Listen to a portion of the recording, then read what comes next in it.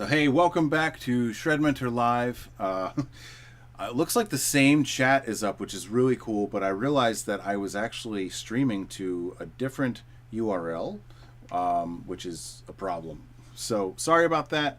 I am going to kind of hit my list from the beginning here because I really don't want anybody to miss anything in case you are following the link I actually sent you, which, sorry guys. Yeah, I knew I missed something important. I just couldn't remember what, so it should be good here. Mike, glad to see you still here. Good. And I still see your chat still up on the screen, which is very awesome. Okay, I am going to hit some of the same things and in a shorter way. So Mike, you got the bonus version. Anyway, here's the thing. Like, there's a million things you could be practicing at any moment. And let's face it, most of them aren't really going to prepare you for real life as a musician. My goal, in fact, is to sort of steer you toward having those other aspects of your musical development on your radar. Because the thing is, most people, for years I have been trying to watch and keep my finger on the pulse of what guitarists struggle with the most.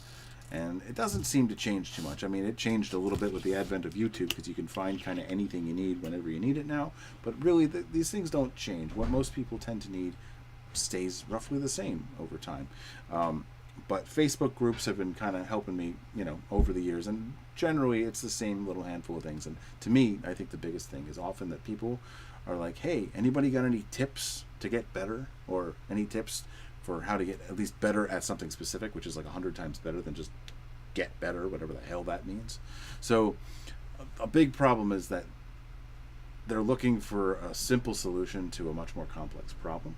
But also, one of the things that I find a lot of the time is that people just don't know what to work on. And again, there's a million different things, but only a few, this very small handful of specific factors are actually going to prepare you for real life as a musician. And a lot of the problem is that all of the things that ever occur to anybody to spend their time practicing are things that are their immediate playing skill, which is a small sliver of your ability as a musician. All right, so what I want you to focus on as we talk about these things today is what you would do once you have those musical skills. Once you have the playing ability that you really want to have, what are you going to do with that? And once you try to do that with your skills you develop, what other skills are you also going to need to have in place? Because there's more to your musicianship and your abilities to function in the real world as a musician than just your ability to play your instrument. And in fact, if that's all you bring to the table, you're going to be in a kind of a bad position as a bargaining chip. First of all, you're just not going to be able to command as much respect and cooperation, and you're going to need people to do things for you. So you're in a way creating a burden on the people around you by not having these other skills. Take it or leave it. That's fine. If all you want to do is play well, that's fine. But do know that there is more to being a musician than playing well.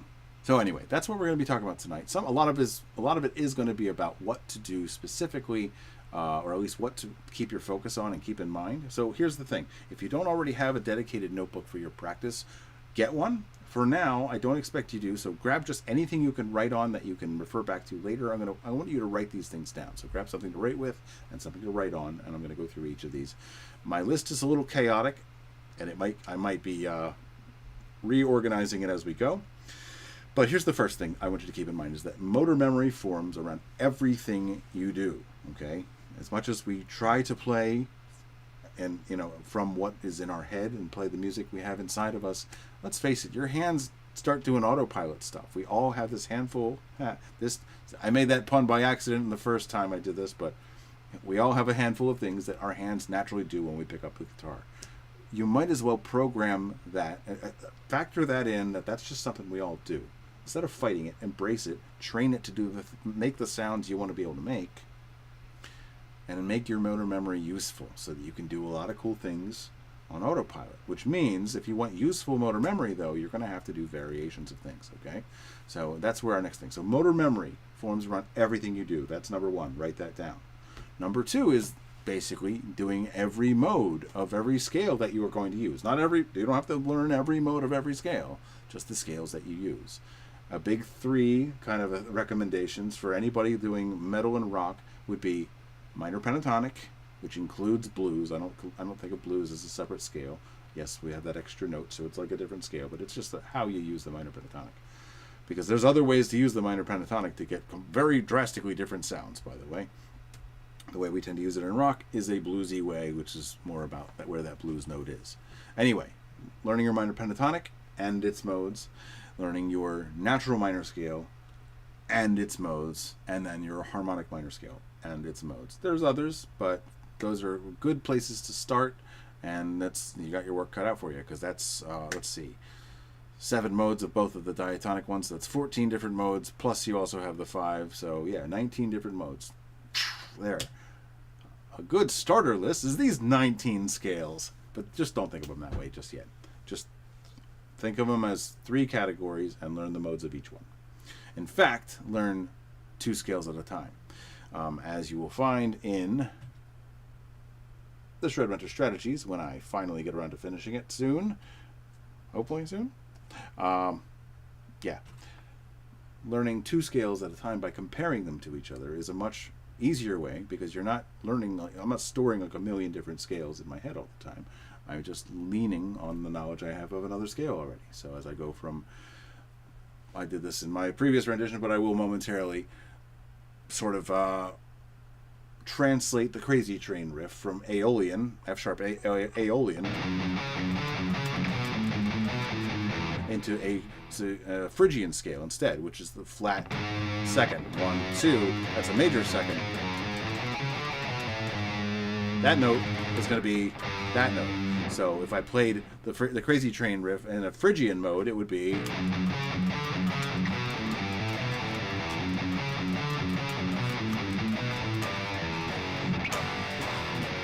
different kind of tone. It's, in a way, it's actually more ominous than before. I just lost my OBS controller software here. Hold on one second. This is how I control the different screens here. Okay. Anyway, so that's one way you can do it. And anything, you can translate any riff that you already know. If you're practicing riffs and licks from songs, that is, at least translate them into other modes so that you get better motor memory out of it. You also get to understand what the different notes are doing to the sound, especially by changing to a mode that's only one note different from the mode you just played.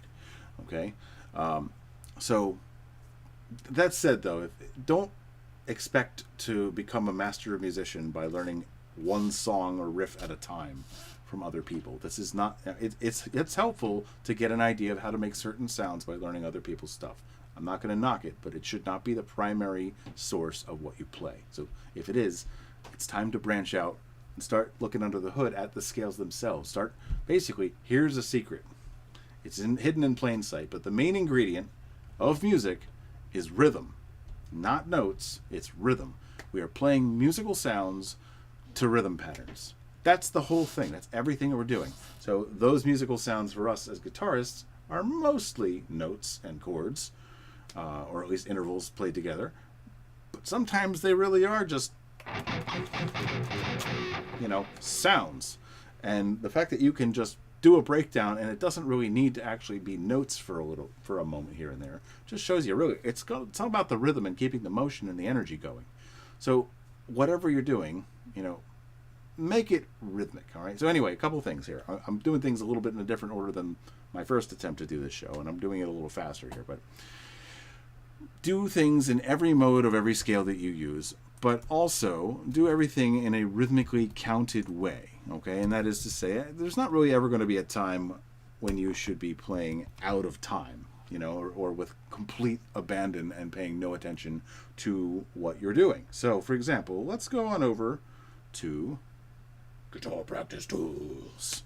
Yes, here it is. Okay, so this is good for everybody. In fact, even if you're not a guitar player, any musician wanting to get good at what they do should get Guitar Practice Tools. Okay, and I've got something right on my screen right now, switching over here to the practice beats.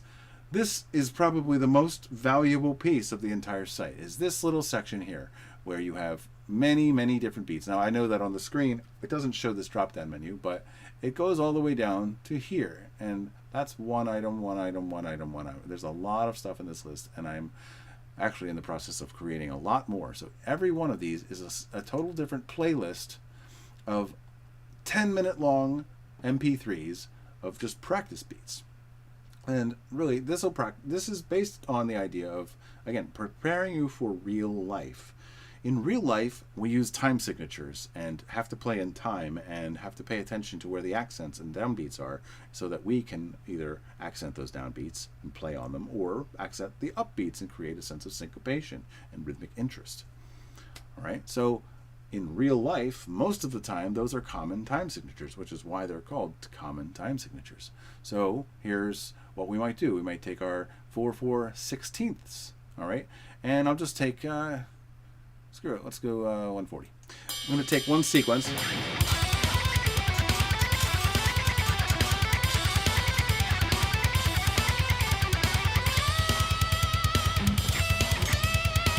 Working on my phrasing there at the same time.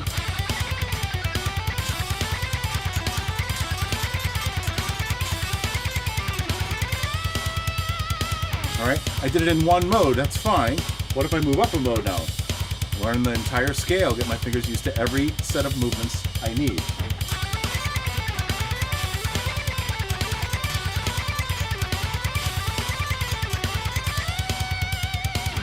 Alright, next, major.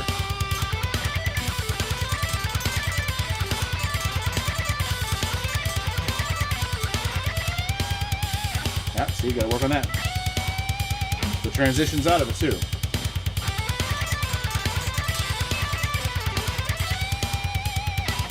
And so on, right? Oops. Yeah, not 120, 140, right? So here's the thing. I mean, that way, every finger combination, all the different spacings, where I have to move in relation to each note, the visual side of it, the motor memory side of it, everything about how to play it, where to play it, what it looks like, what it sounds like, which note I'm going to transition out of, how big a slide I need to do my bend, what, you know, how far to do the bend, you know, a half step or whole step, more if I'm doing like harmonic minor, might be a step and a half, and then, you know, being able to execute all of that and all of the knowledge that's required for that within a specific rhythmic context. If you don't know all the modes of the scale today, don't expect to nail all 7 of them today. I'm just doing 3 just to get the point across, also, mainly because I started 23 minutes in and realized that I was broadcasting to the wrong YouTube URL. But anyway, that's the idea, is, you know, that's how you're going to get not literally every mathematically possible finger combination, because that's not exactly what you're going to need. If you want to get up and running using the scales that sound like the music, what you want your music to sound like, basically, then the key is to get moving with that scale and all of its variations. You don't need every mathematical possibility of finger combinations and movements, just the ones entailed in your scale. So you can take on 3 modes at a time. So like what I did here, this was called the 6-note zigzag sequence, by the way. It's in my book of sequences. You can get it at shredmentor.com/the book of sequences, all hyphenated words, or you know what, just forget it, shredmentoronline.com/products. You'll find it there too. Or you could search amazon.com now, because I forgot about that, and look for the book of sequences. Just put my name in there, or look for ShredMentor, the book of sequences, and you'll find it there too. Anyway, so like what I might do here, I did 3 modes, right? I could have started maybe on the 2nd mode. All right, that's really all it is. It's 1, 2, 3, 4, 5, 6, 5, 4, 3, 2, 1, 2, 3, 4, 5, 6. You take 6 notes, start at the bottom, go up to the 6th note, come all the way back down, and go back all the way up to the 6th note again. As soon as you get to the 6th note the 2nd time, you immediately start over. So 1, 2, 3, 4, 5, 6, 5, 4, 3, 2, 1, 2, 3, 4, 5, 6, 1. That's the start. I'm actually starting at the 2 of the scale right now, but I would basically deal with the mode below it and go back to the original mode, and then go to the mode above it, and then go back down. So I'm passing through these 3 neighboring scales. This is called the 3 modes strategy, which once again is something you'll find in the book, in the ShredMentor strategies. That's just one of the 45 plus strategies that are going to be featured in that book. All right, so anyway, that's that. John, thumbs up to you, man. Sorry, I'm so scrambled because I screwed up with the streaming that I'm not paying attention to the chat. Sorry about that. Good to see you, man. Okay, so yeah, couple things then. So motor memory, we already have that. Make sure you wrote that down. Motor memory forms around everything you do. Use useful movements then. This is all tied together, so it's not really separate things, but you should have my list in your possession as well. Every mode of every scale you use. Just every scale you use. Don't go, methodically memorizing every scale in a book you have. That's not useful. Plus, somebody did all the thinking for you when they made that book, so that's not helpful. Just start with the main three, okay? That's going to be helpful.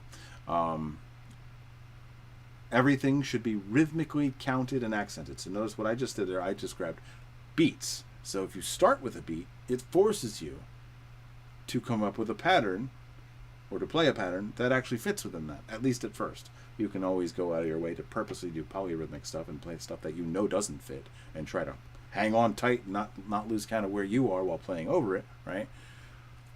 Thanks, Mike. I appreciate that. Everything should be rhythmically counted and accented. So I did it as 1E and a 2E and a 3E and a 4E and 1E and a 2E and a 3E and a 4E.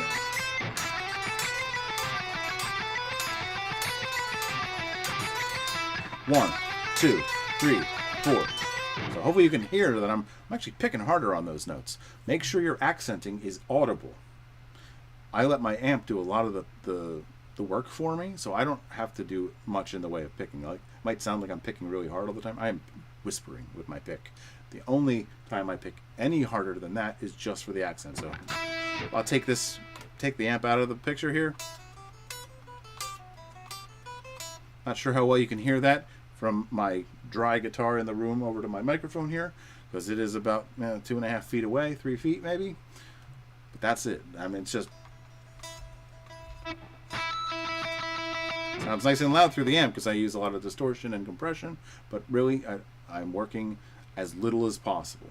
Okay, so next, using scale fragments in sequences. Write this down too. You don't play whole scales. Don't fall into them.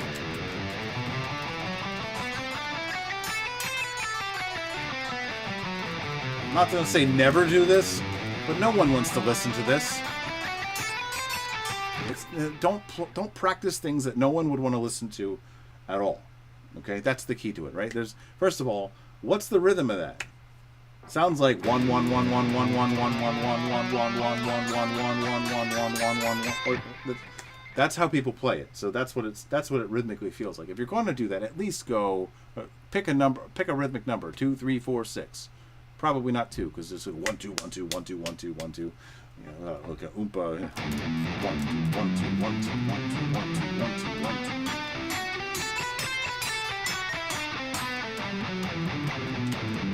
At least that has some dun, dun, dun, dun, dun, something you can bang your head to a little bit. But let's say triplets.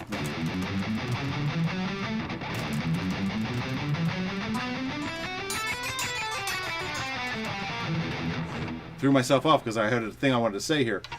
On the way up, it's going to be really easy with a 3-note per string scale because it's 1 2 3 1 2 3, right? As soon as you turn around though, 1 2 3 1 2 3, then your accent stops being the first note of the string that you play. Now it's 1 2 notes here and 1 there. Middle note, middle note, middle note, middle note. So watching your accents as they go around is part of the accenting practice. Practice accenting. Write that down. It's all part of the same thing, but scale fragments in sequences, okay? But at least going back to everything rhythmically counted in advance, or at least the little fragments, 1 2 3 1 2 3 1 2 3. If you're doing triplets, I'm going to do my 4/4 triplets beat. You can play right along. Also, you don't have to play along to a metronome or beat all the time, by the way. There's nothing you should be practicing one way all the time, okay? There should always be some variation, especially with and without a beat or with and without a metronome. Also, metronomes suck, so use beats. So let's do, 170. This is triplets.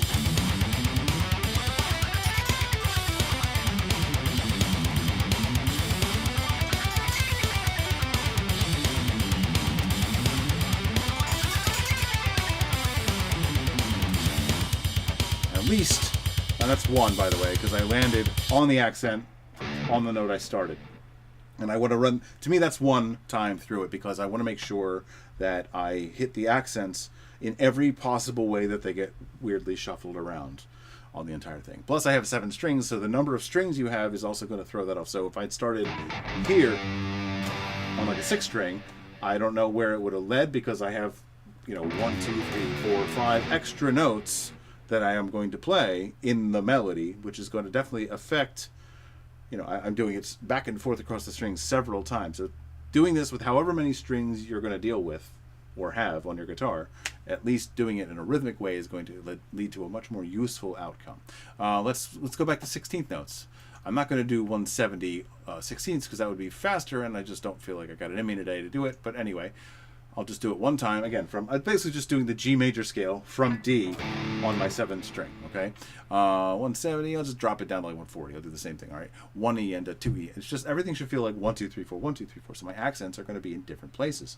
Again, 3 notes per string with an accent on every first of 4 notes is going to move my accents all over the place. Lowest note out of 3, low. Basically there's low, middle, and high on every string, okay? Let's think of it that way. 3 notes per string always has, every string has a low note, a middle note, and a high note, right? So low, 2, 3, 4, middle, 2, 3, 4, high, 2, 3, 4, nothing on that string at all.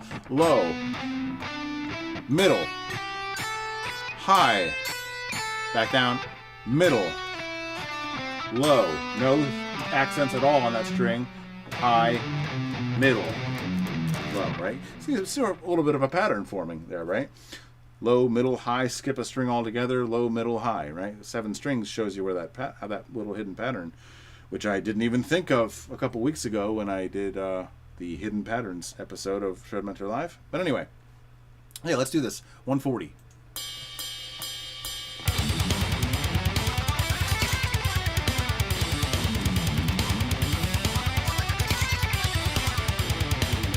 All right, I can tell that I hit an accent here and an accent there both times, so this one actually works out to some multiple of 4.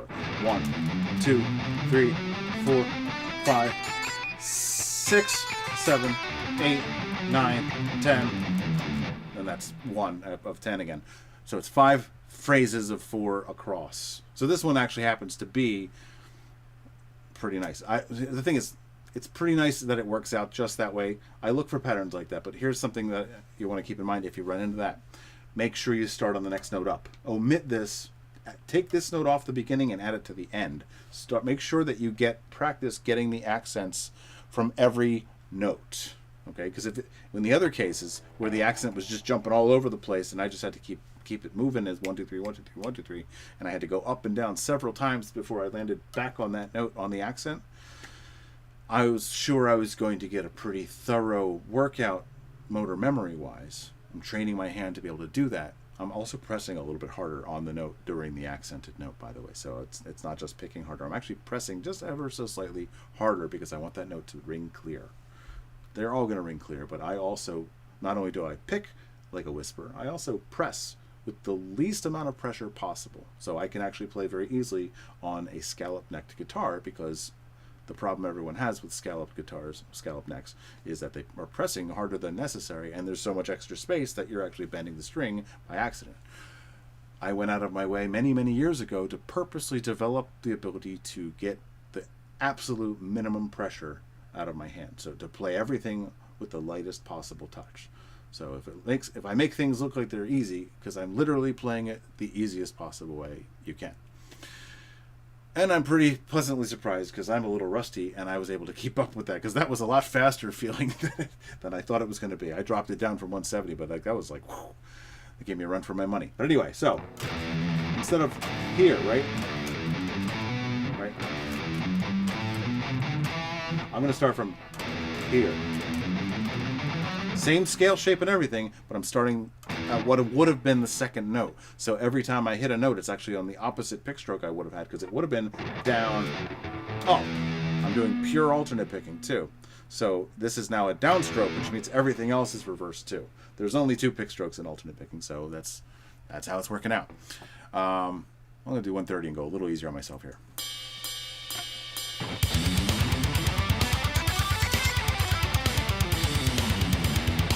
Notice I went into Phrygian by accident.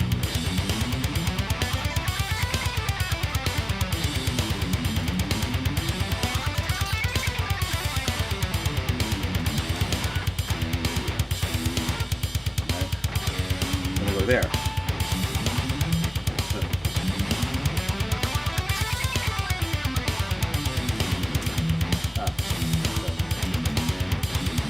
yeah, so the accent's going to be there on the way down too.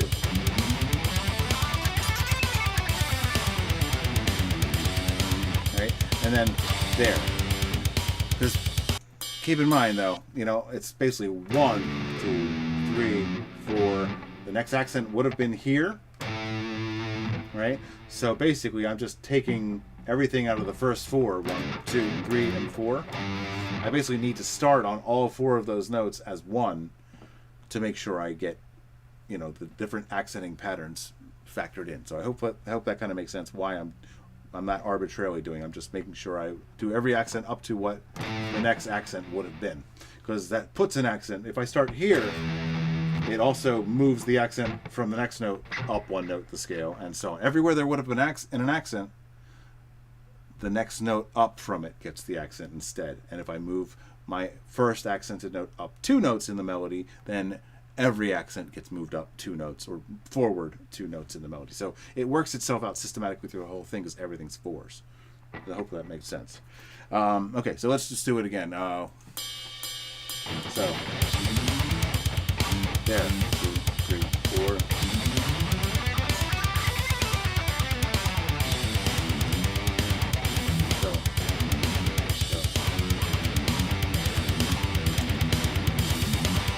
Yeah.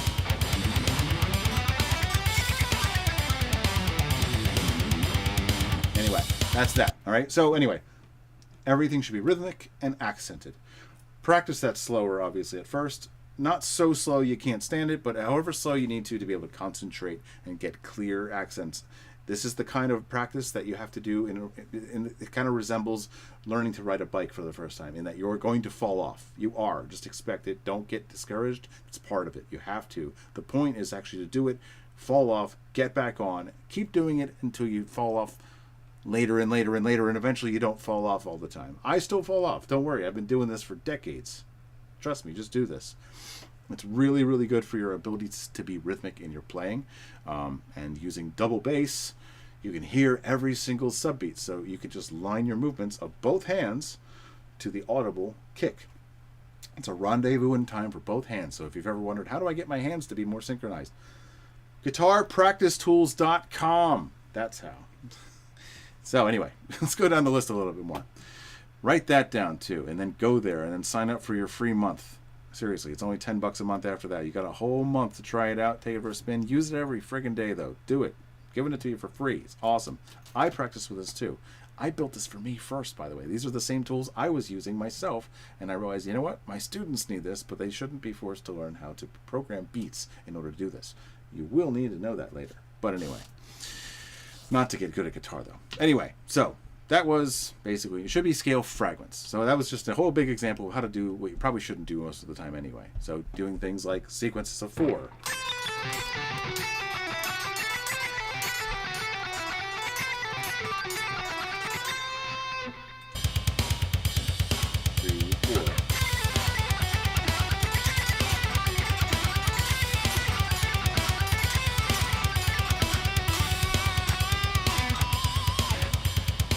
That's another little thing right there. I just threw it in there, but use phrasing everywhere. Little things you can do. Throw in a bend, throw in some vibrato, throw in a randomly well-placed pinch harmonic once in a while. Slide into your notes in an expressive way. Anywhere you can possibly make what you're doing more expressive. Another cool thing that you can get, that you can use, which is also from the ShredMentor strategies, is the 3 textures strategy, which is simply this. I'll do the same thing again, but basically use legato, just hammer-ons and pull-offs, as few pick strokes as possible for the smoothest, most tied together version of the melody. Play the same melody without stopping, with regular picking right after that, and then play it again continuously, now with palm muting. Just cycle through these at least twice. So I'm going to take this same thing. Actually, I'm going to do... It's a little easier to do that one with legato, so... That is the sequence, sorry, these 6-note zigzag sequence. 1 up to 6, back down to 1, back up to 6. All right, I'm going to do each one 2 times. First legato, 2 times, then picking 2 times, then picking with palm muting 2 times, and then I'm going to do it again without stopping all the way through. So let's do this one.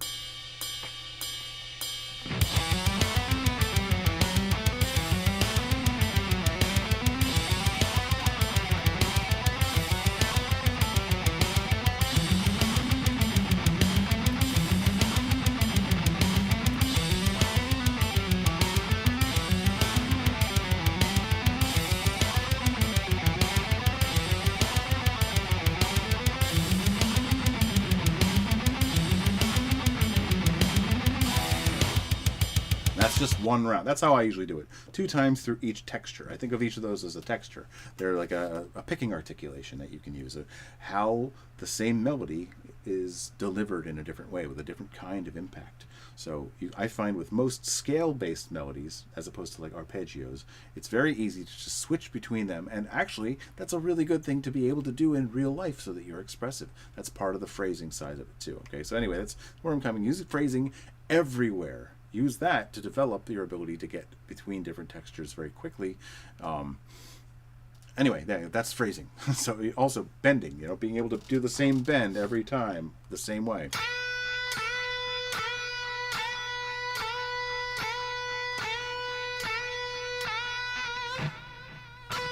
Test it against the target note every once in a while too.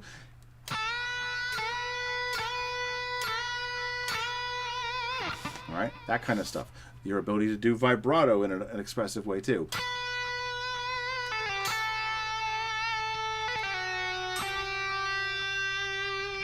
Being able to do vibrato on a bent note.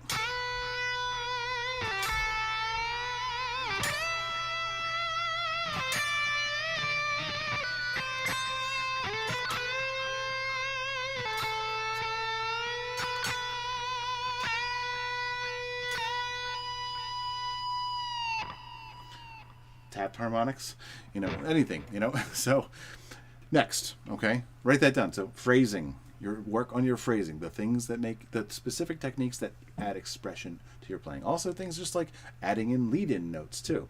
You know, not always starting and ending everything on the downbeat or beat 1 of the measure.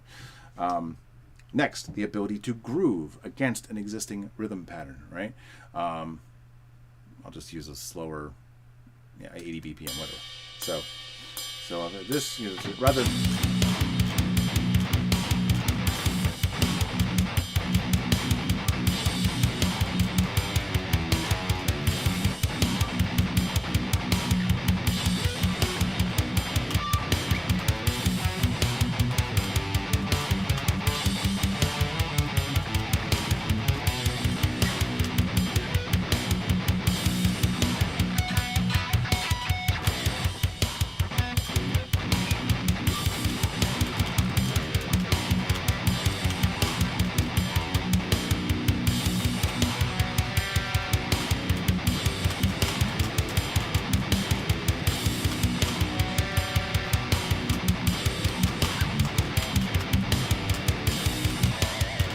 Right? Everything's just groove, groove, groove. Just throwing in emphasis on upbeats, trying different quantities against this constant 1, 2, 3, 4, 1, 2, 3, 4.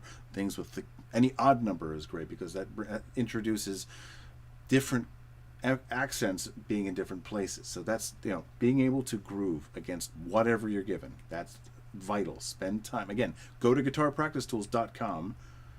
Sign up for a free trial. It's 30 friggin' days. Seriously, get the tools at your disposal that you need. That's what this stuff is for. The ability to, next, improvise. Okay, it's 2 separate things here. The ability to just create groove. You can just do it with 2 notes, but the ability to improvise. I'm going to run over to another. Why don't we just get this on the screen so you can see. Guitar Practice Tools. There it is. I'm going to load up this page here, the chord progressions page, and I hope that it does not, load too slowly here. I'm up against 9 o'clock, and I really want to make this happen here, but I'm gonna improvise a little bit. When I say improvising, I'm not talking about just play whatever. I've spent a lot of time talking about that kind of thing, but I mean doing more interesting things, like actually like grooving, hitting the right notes at the right time based on what chord is actually happening. C sharp minor introspective melody. I think it's just a 1/6 progression. Yeah, let's try that.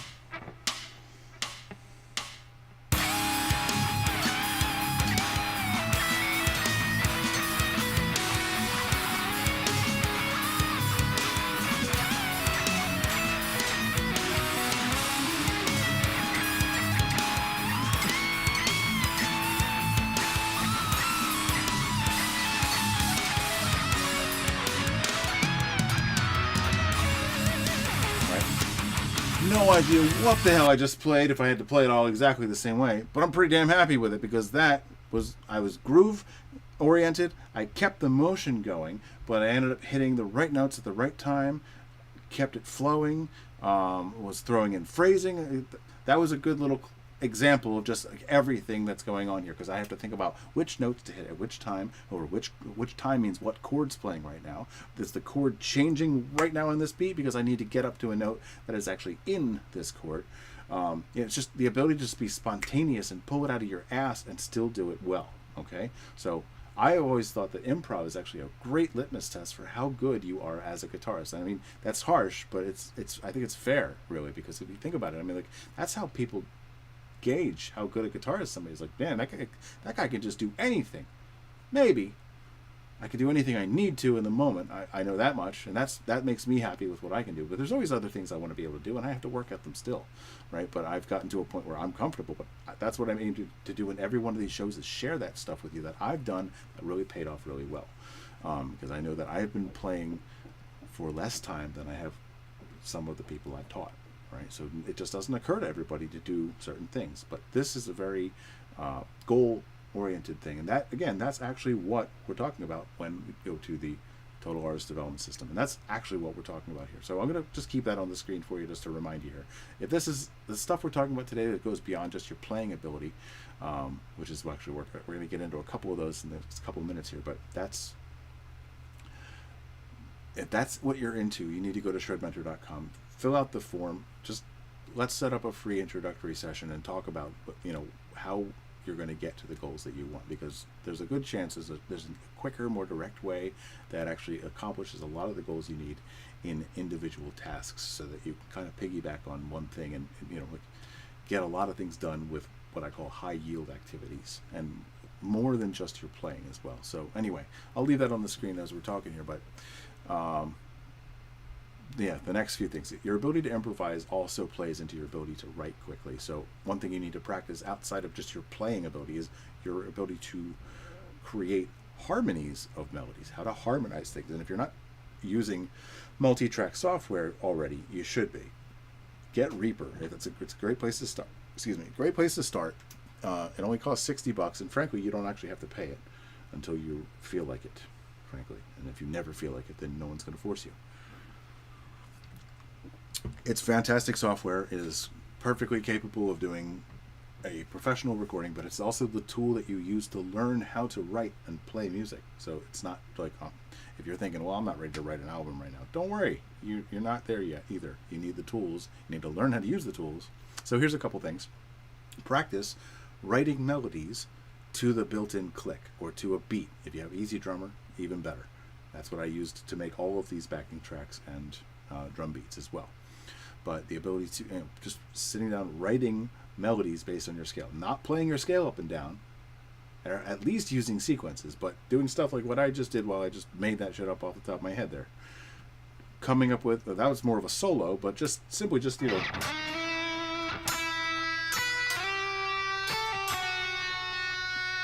that's a melody. Now how might I go? Kind of in 6/8, first of all. 1, 2, 3, 1, 2, 3, 1, 2, 3, 4, 5, 6, and 7. 2, 3, 4, 5, 6. Right? So in 6/8, how might I harmonize that? So it's root, 5th, 3rd,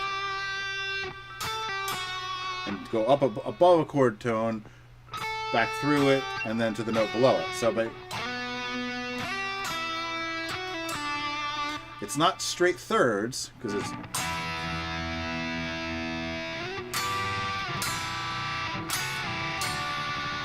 That's both lines together, by the way. All right? And I'm just making this up as I go here, but I just did the thought pattern really quick. How to harmonize without only using thirds all the time. That's a big part of it. You need to practice this. You can't just like, oh, I'm going to do that now. You need to do it over and over and over again. It's good to use MIDI. So part of this next. Okay, so write this down. Practice writing melodies. Next, practice writing harmonies. Just use the same session. Just write all your melodies. Now go through and harmonize them and make several tracks. So you write a harmony, practice it, mute that track, make a duplicate of it, record on the next one. Now another harmony, and another harmony, and another harmony. All right, you got to practice doing these things. You're not just automatically going to be good at it because you achieved good playing. It's not a package deal. You're not going to get all these random extra bonuses as soon as you just like get the high score or something. That doesn't work that way. These are other skills you also have to develop just the same way you have to develop these. Okay, so same way with improvising. This stuff I just kind of breeze through real quick. You have to practice that stuff. You have to practice using phrasing everywhere too. So, you know.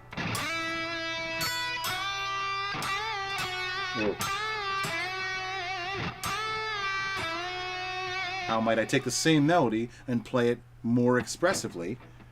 You know, it's... Oh yeah, I don't have my... I should go back to this view here because I can't see what people are saying.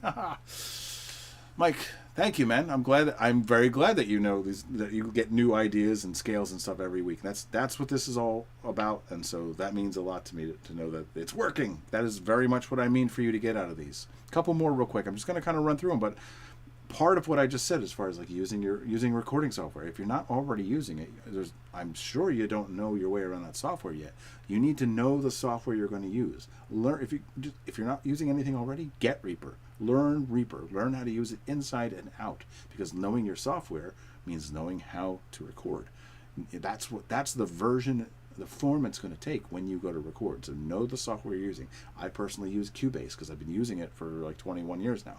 I'm not going to change now. I know my way around Reaper a little bit, but Cubase I know inside and out, and I know my keyboard shortcuts. I can work fast in there. That's what recording is to me. So it's just whatever enables you to do what you're trying to do as quickly as possible, right? So know your software. Practice using your software, which a lot of this stuff might as well take place in recording software anyway, especially if you aspire to create your own music at some point. Get started now. Don't worry, you're not recording the album now, but practice writing melodies, practice writing harmonies, practice phrasing with the melodies and harmonies that you did, practice using the same phrasing when you redo the melody and the harmony. You know, so I did and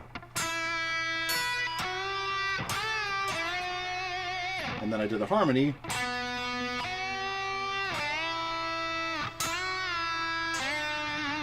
You know,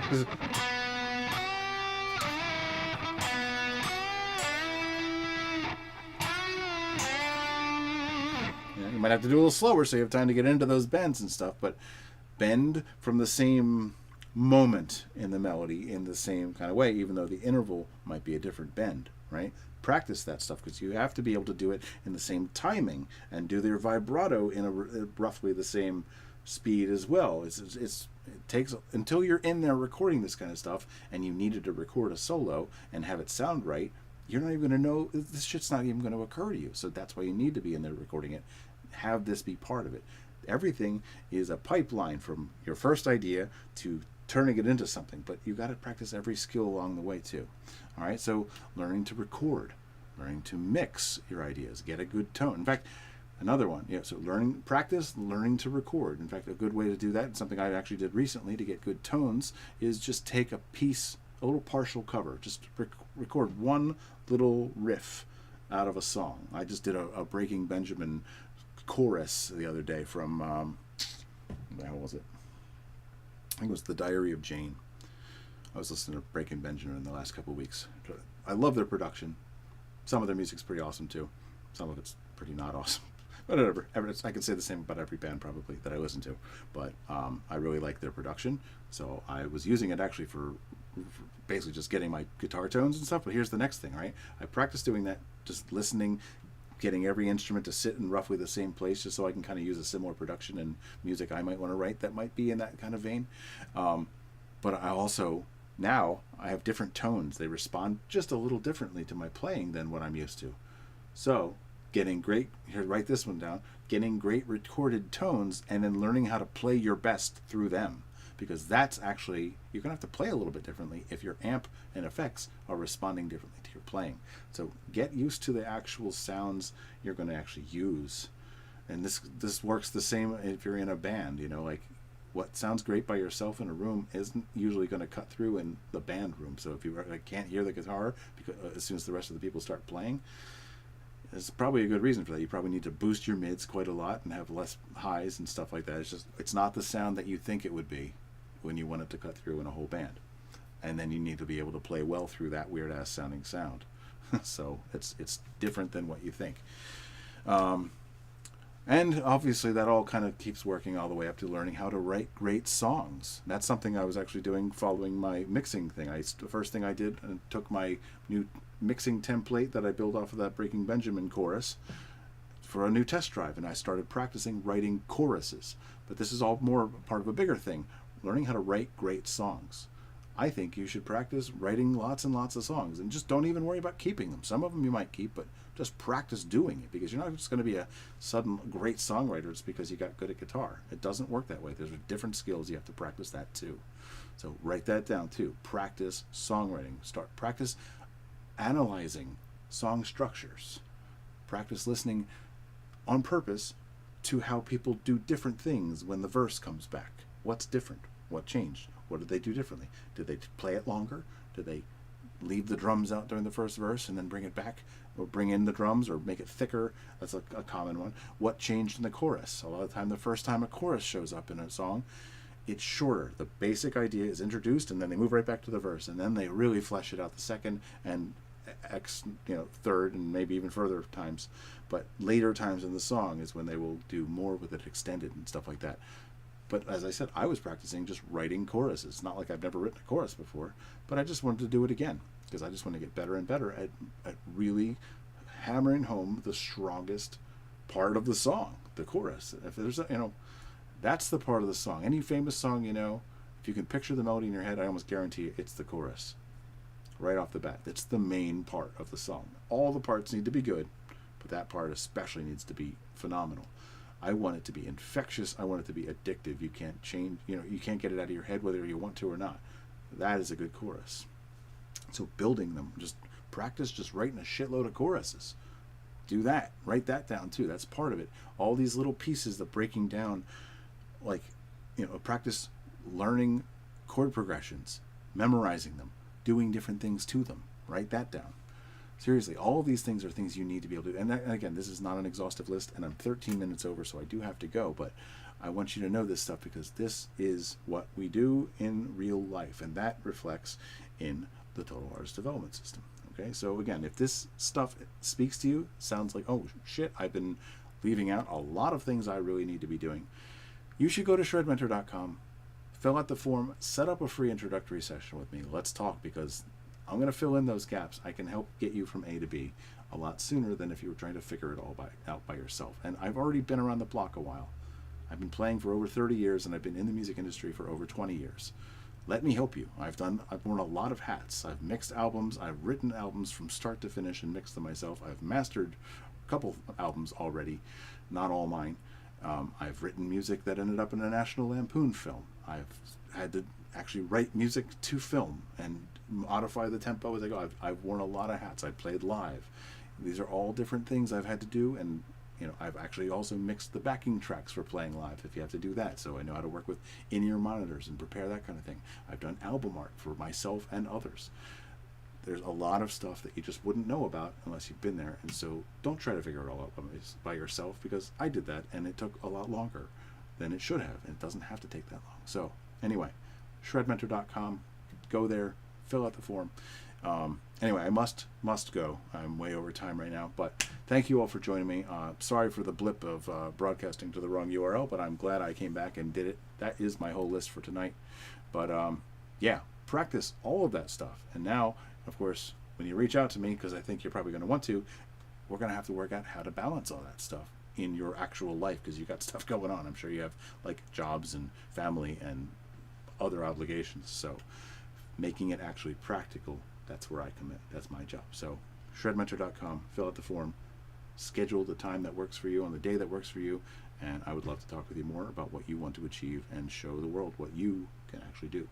That's it for tonight. Rock on, my friends, and thank you once again for joining me.